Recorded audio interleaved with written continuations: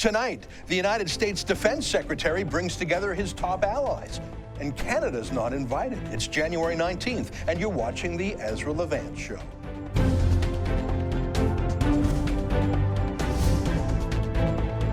Why should others go to jail when you're the biggest carbon consumer I know? There's 8,500 customers here, and you won't give them an answer. You come here once a year with a sign, and you feel morally superior. The only thing I have to say to the government about why I publish it is because it's my bloody right to do so.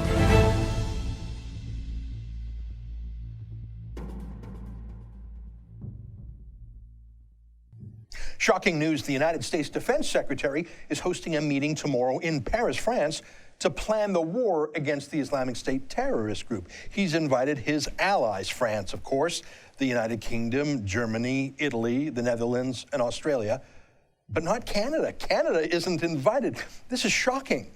Canada has been a key ally in the war against Islamic terrorism for more than a decade. We've served with distinction in Afghanistan. We served even in Libya, a foolish mission in my view, but we were there for our allies. We've been fighting in the sea against Somali-based pirate boats. And most relevant to the meeting tomorrow, we have been serving in Iraq and Syria with the US-led coalition with 6 CF-18 fighter jets and other support aircraft attacking the Islamic State regularly. We literally have CF-18s in theater right now, and yet we're not being included in high-level talks with our allies led by the United States Secretary of Defense himself. This is no low-level meeting. It's not an operational level meeting for military commanders. This is a high-level political and strategic meeting. We're not even allowed in. Well, of course not.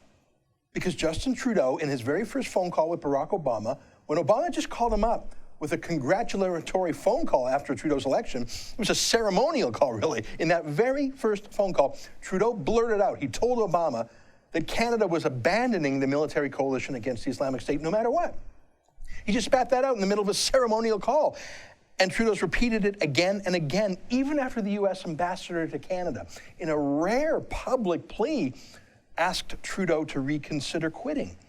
But how could Trudeau reconsider it after he made such a detailed and passionate argument against our CF-18s? Why aren't we talking more about the kind of humanitarian aid that Canada can and must be engaged in, rather than, trying to whip out our CF-18s and show them how big they are? I mean, what does something as trivial as the NATO alliance or the war against terrorism mean in the face of such an eloquent dissertation by our new Prime Minister? Now, weirdly, it's been nearly 3 months since Trudeau told Obama that Canada was going to withdraw our jets, and yet we haven't. But the Obama administration has taken Trudeau at his word. Why bother inviting Canada to a meeting about future plans if Canada's going to bail out any minute now? Why? Just so Canadians can have another excuse for a junket to Paris, so there's more selfies? That's why we were not invited. Could it be more obvious? But the Liberals say, no, that's not why. They say the Americans just forgot to invite us. No big deal. Here's Omar Al-Jabra, the Liberal Parliamentary Secretary for Foreign Affairs, trying to spin this on the CBC. Everybody knows Canada's commitment. This was a spontaneous meeting with these 5 countries that they've met before at an official level, and they're meeting again at a minister's level. Yeah, I'm sure. It was just a little spontaneous trip that the U.S. Secretary of Defense decided to make. He does that a lot. He just hops on a jet and shows up. He's so spontaneous, and he totally forgot to invite us. The Australians are there from literally the other side of the world, but, those Americans, they just forgot to invite Canada. Yeah, no, I've never seen a more pitiful excuse, but they chose the right guy to peddle that excuse. Al-Jabra is the former president of the Canadian Arab Federation, who issued press releases saying that Muslim terrorist groups like Hamas and Hezbollah should not be considered terrorist groups. Al-Jabra is the guy behind Trudeau's refusal to call Muslim terrorism by its proper name. Al-Jabra is the one who says that the real enemy in the Middle East is the cruel state of Israel. So perfect choice by the Liberals to roll out Al-Jabra to spin this to the CBC. Now, it's been 3 months exactly tonight, that the Liberals were elected, and look at what has happened to our foreign relations since. Trudeau picked a fight with Obama about the Islamic State. Obama has done a poor job, a half-hearted job, an awful job, but the one thing he has done is put together a diplomatic coalition of countries doing that half-hearted job with him. Canada bailing out of the coalition makes Obama look foolish and weak. and gives other countries an excuse to bail out too. So it's not the 6 CF-18s that Obama misses, it's the military loyalty and the political support. So within 2 weeks of Trudeau saying that, Obama hit back, rejecting the Keystone XL pipeline. Obama had delayed and delayed on that pipeline. He was no friend to Canada on that, but at least he pretended he was giving it fair consideration. But after Trudeau shot at Obama, Obama shot back. Our Canada-U.S. relations are deteriorating already. Oh, and Obama has announced he's going to help finance an $18 billion oil pipeline in Kenya just to rub it in. But according to the logic of Trudeau and Al Jabra, if we just stop fighting the Islamic State, if we just stop supporting Israel, maybe the terrorists will leave us alone. Yeah, about that. In the past week, 1 Canadian was murdered by Muslim terrorists in Jakarta, Indonesia, and another 6 Canadians were murdered by Muslim terrorists in Ouagadougou, Burkina Faso. Even though Trudeau says the Islamic State's not a threat to us, even though Trudeau has announced our retreat, they're still murdering us. Those 6 Canadians killed in Burkina Faso were all from a Christian church in Quebec. They were doing a humanitarian relief mission in Burkina Faso. But instead of going to that Christian church in Quebec and standing in solidarity with them, Trudeau went to a mosque in Peterborough where he precisely did not condemn Islamic terrorism, but rather posed for selfies with a smile. That's an Al Jabra invention, the mosque selfie. It's one of the reasons Trudeau is Prime Minister today, which is the reason why Al Jabra is the Parliamentary Secretary today. So let's recap. In 3 months, the Trudeau Liberals have offended our greatest ally, threatened to abandon a 65-country anti-terrorism coalition, and we have thus been excluded from a high-level meeting of allies. And we've suffered the most terrorist attacks against our citizens than at any time since 9/11 itself. Oh, and Obama has canceled the pipeline project worth billions of dollars to a Canadian company, causing a trade war with a multi-billion-dollar NAFTA lawsuit. But hey, they love him at the Department of Foreign Affairs. Those diplomats and bureaucrats there, they're all completely nonpartisan professionals, you see. They literally mobbed Trudeau to get their selfies taken mosque style with Trudeau. They probably don't see any of these recent events as setbacks because they liked the insular, anti-Israel, anti-American, pro-Muslim foreign policy that was in place before Stephen Harper was Prime Minister. But hey, what's that hashtag they're using? Canada is back. Yeah, back at the kids' table while the adults meet in Paris without us. Stay with us. More after these words.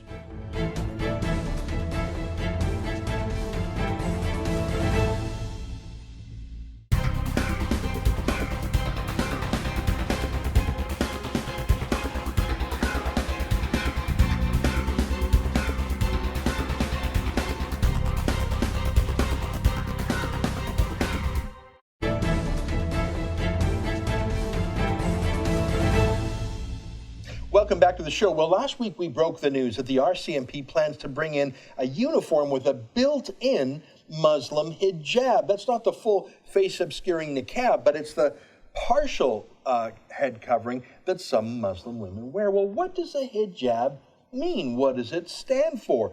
Does it have a political meaning, or is it simply religious? Well, joining us now to talk about this important issue is my friend Marc Lebuis, the publisher of the website Point de Bascule, which means the tipping point in French. Nice to see you, Marc. Nice to see you too. Thank you. Well, thanks for it. You're normally based in Quebec. It's nice to see you here in Toronto in studio. I want to understand the hijab well. Now, I'm not Muslim myself, so I think I have an understanding, and I know you're the same as me. You're not Muslim, but you try and study these things.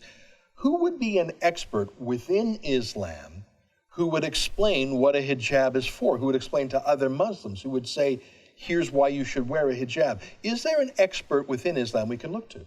Well, when you're looking at some of the major Islamic organizations in Canada, they're mainly run by 2 major institutions according to QMI agency, which was ISNA and the Muslim Association of Canada, and both are linked to some extent to the Muslim Brotherhood.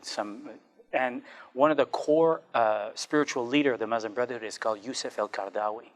Actually, Salim Mansour, a Muslim himself, once described Yusuf Qaradawi as akin to a pope. His influence is so important to the Sunni world that is actually more influential to the Sunni world than the Pope is to the Catholics. Now, al-Qaradawi, he's still alive, right? He is still alive. He's based in Qatar. Al Jazeera is basically, he's like the chaplain of Al Jazeera. He has an audience of millions and millions of people when he does his show there. He runs also several charities over there. Some of them are linked with funding terrorist organizations. So al-Qaradawi is the Pope, not for all Islam, because there's Shiite Islam and Sunni Islam, but for Sunnis who follow the Muslim Brotherhood political form of Islam. He is their top decider. His fatwa would carry great weight. It carries enormous weight.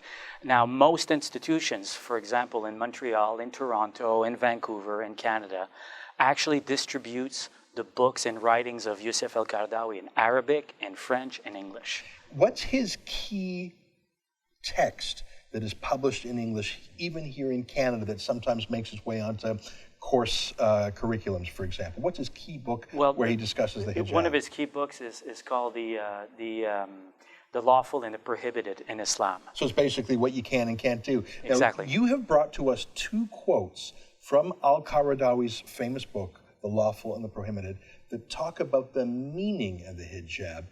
And I'd like to put those, you sent those over to us. I'd like to read those through. I'm going to read them slowly because it's sort of dense language.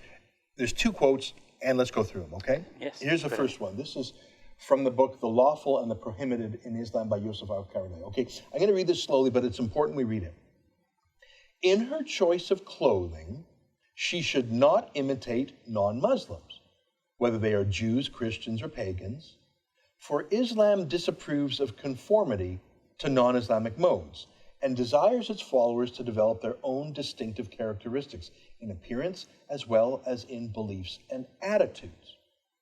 This is why Muslims have been asked to be different from non-Muslims in many aspects, and why the Prophet has said, whoever imitates a people is one of them. So that's the first quote. What I take away from this, Marc, in plain language, is one of the central purposes of the hijab is to distance a Muslim woman from non-Muslims, to show you're different, to show you're not part of the country, to show you're not part of the same police force. You may be an RCMP officer, but you're not the same as those infidels. That's pretty clearly what it says. It's very clear, and another one of his book, he also talks about ghettoization, how to also stay distinct, stay different, but also create a distinctive community where you're going to build, populate these areas. And also in these areas, you have to distinguish yourself from the non-Muslims. So the hijab is an important political flag. It says this person is part of political Islam. This person does not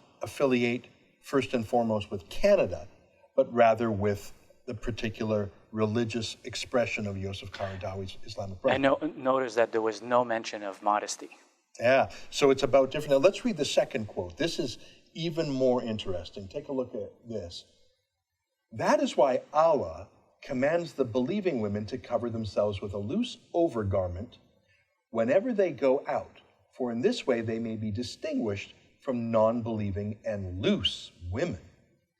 Allah commanded his prophet to convey to the whole ummah, that means the whole Muslim nation, this divine message. O prophet, tell thy wives and daughters and the believing women that they should put on their outer garments, that is, whenever they are outside the home or inside it when non-mahram men are present. That is most convenient in order that they may be recognized as Muslims and not be molested. This is fascinating. So this is not the Quran. This is Youssef al-Qaradawi, the chief spiritual leader for the Muslim Brotherhood, really as close to the Sunni Pope as you're going to get.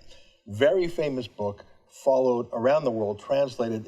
It's really what's animating many of our more extremist mosques.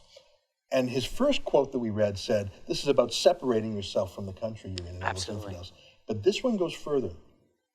It's about distinguishing yourself from loose women so Muslim men know not to molest you. As in, if a Muslim's going to sexually assault someone, a Muslim man, he knows not to sexually assault the woman in a hijab. He knows to assault the infidel or the Muslim woman who's integrating. It couldn't be clearer. Exactly, and one of the first things that Yousef Qaradawi did when he started to really get a lot of traction in Europe mainly, was to be able to establish and implement this in a very, very serious way. What we notice, and you've been to Paris, so what we've noticed is in some banlieue, the suburbs, where there's these communities, these no-go zones almost, what even the non-Muslims now, for fear of being molested, are wearing veils. That's incredible. This is known, this is mainstream, this is actually documented as well. Yeah. In the background for a moment there, we showed you taharush. That's another Arabic term for the mass organized sexual molestation and rape. In this image here, literally dragging an unveiled woman down into a subway station. God knows what they do there. And this fits in with Qaradawi's message, which is these Muslim predators will go after women, but not the ones in a hijab, at least they're not supposed to. And none of this is fitting for a police force. The two things we've talked about here, that the one purpose of the hijab is to say you're different and apart from the infidels. That's not appropriate for an RCMP police force that you're supposed to be part of.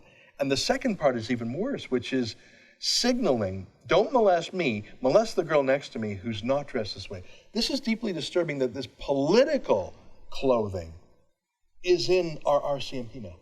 And on top of it, can you imagine if this understanding is widespread and you're having a police officer that will basically maybe be invited to go into a domestic problem somewhere. She's representing this symbol, and she may be aligned with the kind of teachings that Yousef Qaradawi was talking about. So how does this Muslim woman who doesn't want to wear her veil is going to feel? Is she going to feel like in Cologne, these women, is she going to feel that the police is there to protect them, or is she going to feel that they're agents of the ideology? Yeah. We've seen in Canada, whether it's Aqsa Parvez or the Shafia women being murdered by their own male family members for not wanting to wear a hijab. If you call the police because you're worried about an honor killing might happen to you, and the cop who shows up is a Muslim police officer, okay, that may be fine, but if that Muslim police officer is then wearing a hijab, and you're threatened with death for not wearing the hijab, who are you talking to? Are you talking to an instrument of the Canadian law, or are you talking to an instrument of Qaradawi's law, who believes by wearing that hijab, she's flying the flag that says, only loose women, to quote Qaradawi, don't wear it. It's incredible. And let's not forget, the police uniform is a symbol. Yeah. It's supposed to represent the neutrality of the law. We're applying the law to everybody in the same way. Now, if you're starting to add new symbols to this basic symbol of the police officer is going to be lost. Yeah. We broke this scoop last week, and our website, shariapolice.ca, has started a petition. I encourage people to visit shariapolice.ca and sign the petition. Two things of interest. No other media have picked up this story because I don't think they care. I don't think they object. I don't think they want to make a fuss. They know Canadians would object, but the media supports it. And secondly, the RCMP officers were very good at talking to me the first day. They said, oh, we got a subject matter expert. We'll get right back to you. I can't talk to this. Like I had 3 conversations by email with the police that first day, and then suddenly they stopped emailing back to me. I believe that the RCMP and the media believe that this hijab is politically important, and I believe they're out of touch with Canadians. I think some of them understand the meaning, some of them don't, but all of them, out of fear of political correctness, are going along with it. Last word to you. Well, it smells like cologne. Oh yeah, as in the German city. I think if they're going ahead in that direction, and then in the future we're having a situation like what happened in Cologne, 4 days before the media, before the politicians, before the police documented and informed the population, is the RCMP going in that direction? I think now that it's up to us now to decide if we want our police force that we're paying, those who were mandating to protect us, if we want them to go in that direction. Yeah, this is terrifying. Marc Lebuis, nice to see you in person. Thank you for your great work at Point de Bascule, a great website, both in French and English. Folks, stay with us. So much more after these breaks.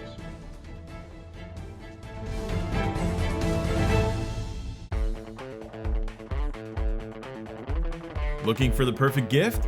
Did you know the Rebel.media has a store? Make a statement with a t-shirt. Have your morning coffee in a Fearless Travel coffee mug. There's even an Ezra Levant bobblehead. It's a one-stop shop for the perfect gift. And don't forget to pick up something for yourself. Go to therebel.media/store to find out more.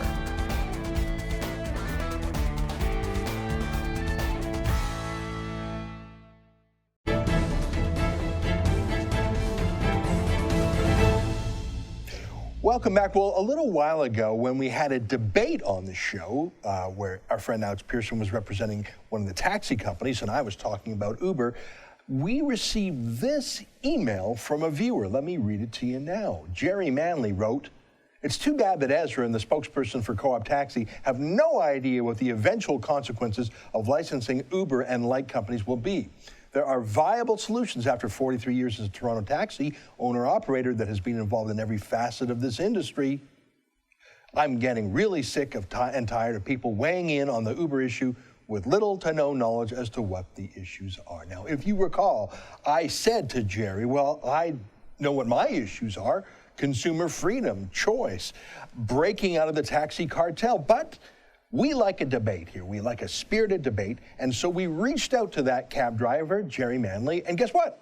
He joins me now in the studio. Hey, Gerry, nice to meet you. Nice to meet you, Ezra, and thank you for having me. Well, you're welcome. And let's just talk a little bit about you. Are you indeed a 43-year taxi driver here in the city of Toronto? I am. I'm still out there driving every day, and I'm an owner and operator. Now, how long have you owned your taxi license or medallion? I've owned it almost from the onset. When I came into the industry in 1973, I had a slight break when I got a bad accident, and I just went as a driver for a while.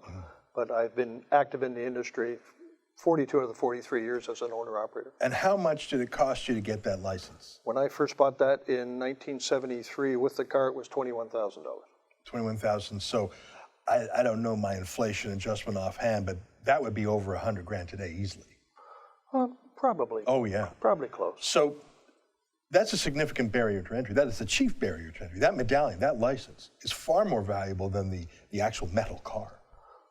Well, not as valuable as you think. That was one of the things you said on your previous program, that they were $350,000, $400,000. Well, not now, because Uber's come in, yeah.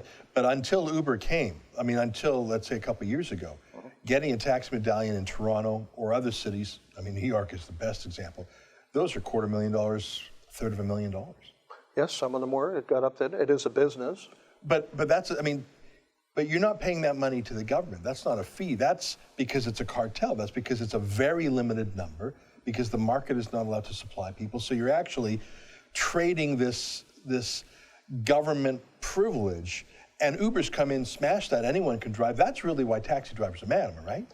Well, that's part of the reason, is because really, what is a medallion?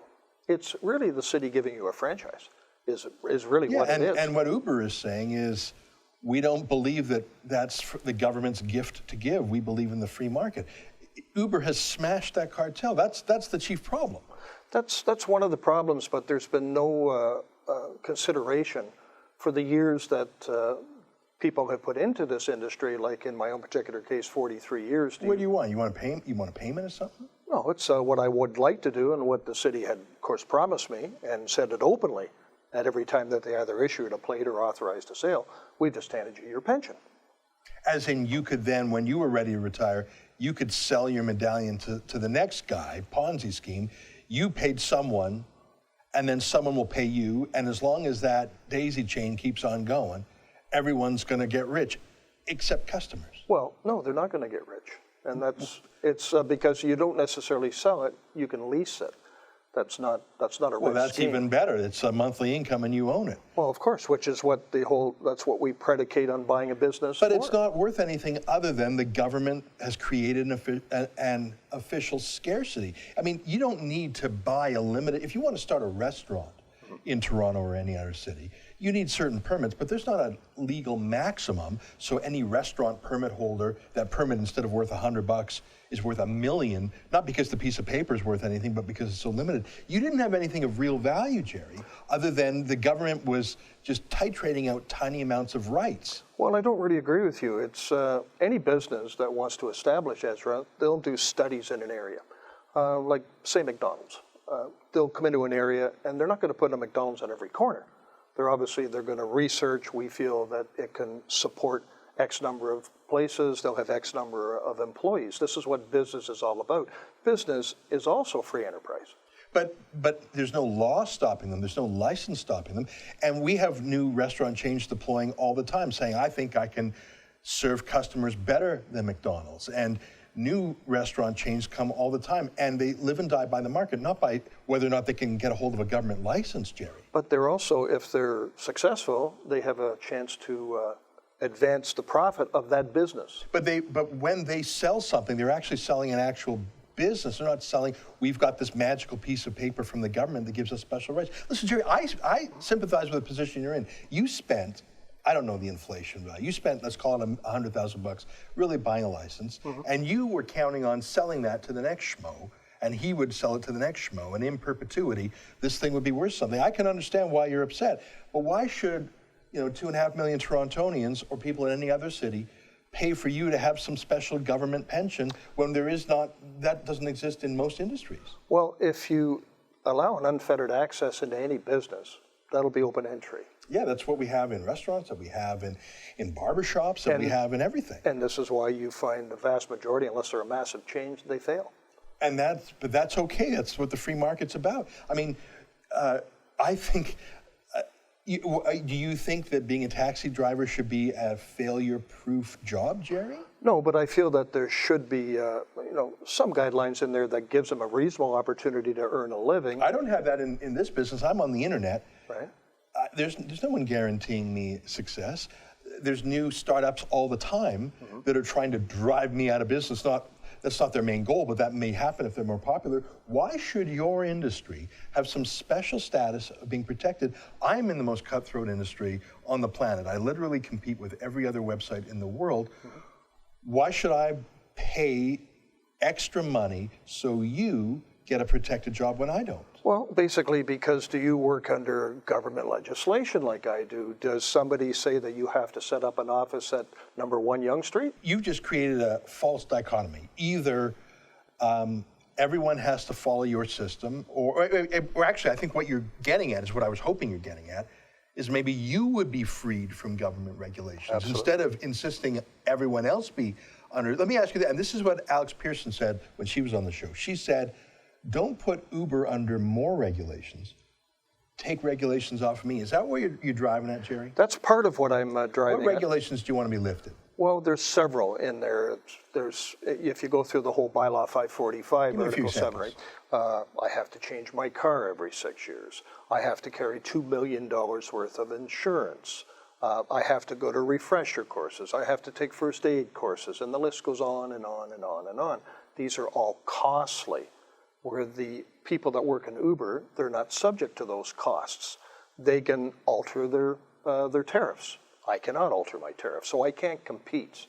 And that's all I'm asking is give me an opportunity to compete. Is that really all you're asking That's for? all I'm asking. That's basically all. So all you're asking for is, so you're not asking to unlock the $100,000 or $250,000 value you thought you had in your medallion as your pension plan. You're not asking. I mean, obviously you'd like that, but I think that ship has sailed.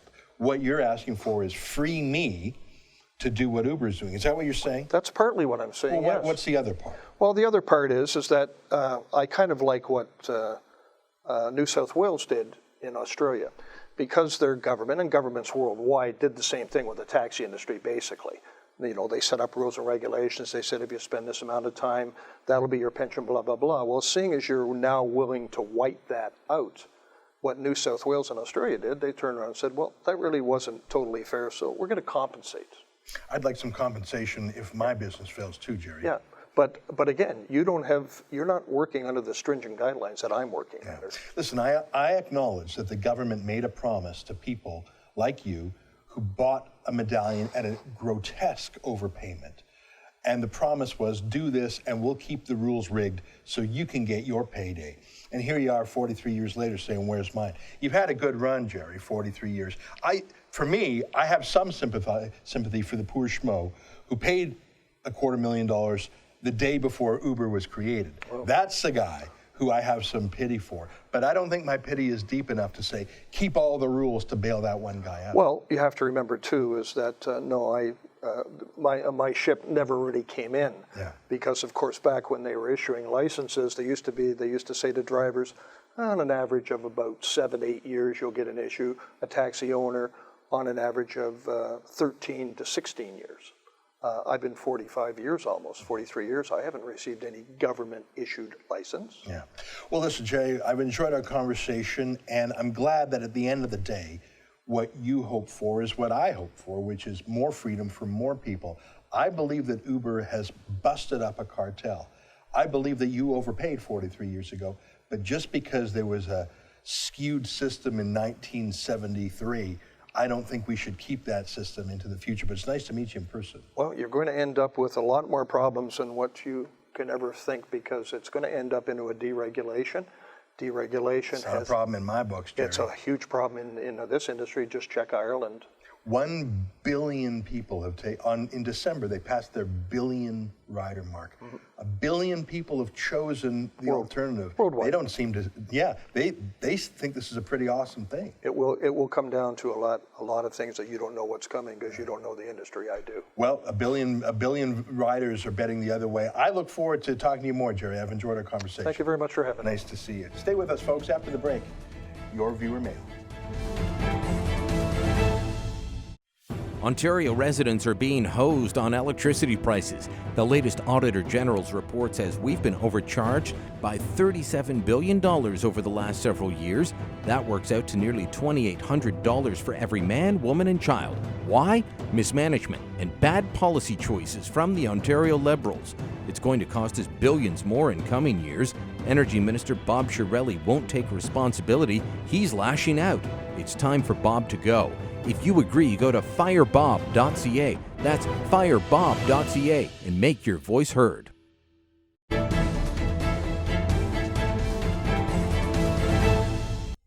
Welcome back to my favorite part of the show, your viewer feedback. I like fan mail, who wouldn't? But I sort of like hate mail too, because it keeps me on my toes, it's colorful, and it allows me to raise other issues in counter arguments. So here's a letter from Katie, who writes in about the Alberta NDP forcing schools to let boys into girls' change rooms. She writes, "Get effed. If any gender wants to be another gender than they were assigned, they should be allowed to do so." I like that phrase, assigned, as if you're assigned a gender at birth, someone hands it to you as opposed to it being innate. But look, I'm not here to debate transsexualism, transgender issues, being gay. I really didn't talk about that in my entire 20-minute monologue, did I? I didn't talk about gays other than they were the excuse used by the Minister of Education to command every school in Alberta, public or private, Catholic, Jewish, Muslim, anything, to let boys into girls' change rooms. What's that got to do with being straight or gay? What's that got to do with transgender or regular gender? I'm talking about protecting our girls from a guy coming in and using the bathroom. By the way, the rules even allow adult men to use whatever bathroom or change room in the school they want. This is about protecting our girls from anyone, straight or gay or transgender, whatever. It's just stop using girls as some political pawn to prove your political correctness. Justin Ling tweeted about 10 tweets in response to me. For those of you who don't know Justin, I think he's a pretty good guy. I'd call him a frenemy. I don't think he likes me as much as I like him. He's gay, of course. He writes for Vice magazine. And he always pokes at me and I say, hey, come on the show and debate me, but he never does. But he had a series of tweets condemning me yesterday, and he wrote, Ezra Levant thinks Mrs. Doubtfire is a terrifying expose. No, I remember that movie with Robin Williams. It was sort of funny and it was sort of cute because it was so harmless. It was, if I recall, about a dad who wanted to have access to his kids and his ex-wife wouldn't let him, so he dressed up as a maid. It was really funny. What would have been a better analogy, Justin, is if Mrs. Doubtfire, played by Robin Williams, then went to the kids' school and changed in the girls' change room and used the girls' bathroom and asked to bunk with the girls on a field trip. All those examples I just gave in that hypothetical are actually allowed under the new rules that the Alberta Ministry of Education is pushing forward. So, Justin, I say again, you're welcome to come on the show. I promise to give you equal talk time with me. and the last word. If I'm so wrong, why don't you prove it to me and embarrass me in front of all my viewers? I would like to debate you, Justin. Don't just take pot shots. Freya the guard dog writes, Ezra Levant is the worst type of pseudo-journalist, playing on people's base fears for cheap views, a peddler of hate. Now, listen, let's be honest. That tweet could be in response to anything I say here because it's a feature of the modern authoritarian left, the censorious left, to say, oh, you disagree with me? Well, you're a hater. Oh, you are worried about the philosophy of radical Islam and Sharia law? Oh, we don't have a disagreement. You're an Islamophobe. Oh, you're worried about men, boys, being allowed to go into the change rooms with girls? Oh, you're not worried about privacy and sexual assault. You're a transphobe. It's too easy for the hard left just to call people names. I think a debate is better, don't you? Kim May writes, in my opinion, Ezra Levant is like a festering boil, and that's an insult to festering boils everywhere. Well, at least she's got a sense of humor, wouldn't you agree? You know, this reminds me of this tick that too many millennials have. Instead of articulating a logical, critical argument, they just say, oh, I can't even, instead of saying what they can't even and why. And I think it's because we don't teach rigorous, vigorous debating anymore, because when you hear something offensive in school, you're told to say, trigger warning, I need my safe place, censor him, instead of, oh, wow, this is a tough and offensive idea. Can I find a way to argue back? Can I find the logical flaws in it? Can I marshal my arguments and my facts? We teach millennials in school to say, oh, I can't even, that's hate speech, instead of making a response. So is it a surprise that you teach people this political correctness for 10, 20, 30 years, and you have the kind of tweets like that one, or frankly, the Prime Minister that we have? Here's another tweet. It says, I'm really thinking about unfollowing you, Ezra. This is from Rob Nan. I was so much happier when I was ignorant, like my friends still are. Well, that is a compliment that I'll take. Look, we talk about things, I call it the other side of the story. If you want breaking news from across Canada or around the world, we're not your station. We don't have 1,000 reporters around the country and the world like the CBC does, courtesy of your tax dollars. We just don't. We have a tiny crew. What we give you is what I call the other side of the story. We do break some news, but quite often what we do is we look at the news from the other point of view to tell you the other side, and whether it's radical Islam or this transgender policy in Alberta or Justin Trudeau, we like to be contrarian. We're not contrarian on purpose. We just are. We're conservative. We're skeptics. It's not like we always say the opposite of what the other guys do. It's that they're a big groupthink mob and we're not.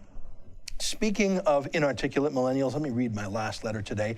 It's from Sandra Jensen, who is a MLA with the third party in Alberta, the PCs, the once mighty PCs.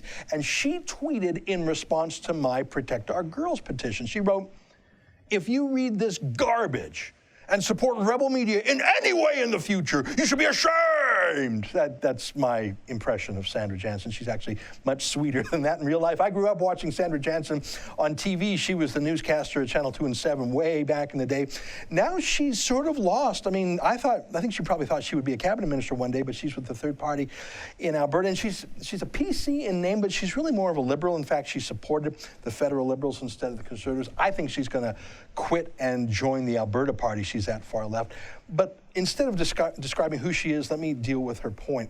Again, no factual objection to what I said. No logical argument other than just anger and saying people should be ashamed at listening to me. But again, I ask, why? What fact did I get wrong? Is it not a fact that the government of Alberta is now commanding every school in the province, including private schools and charter schools, to simply delete any differences between the sexes? By the way, I don't believe they'll do it in certain schools like the Edmonton Islamic Academy that has extremely strict, I call it gender apartheid, where the girls have to wear hijabs.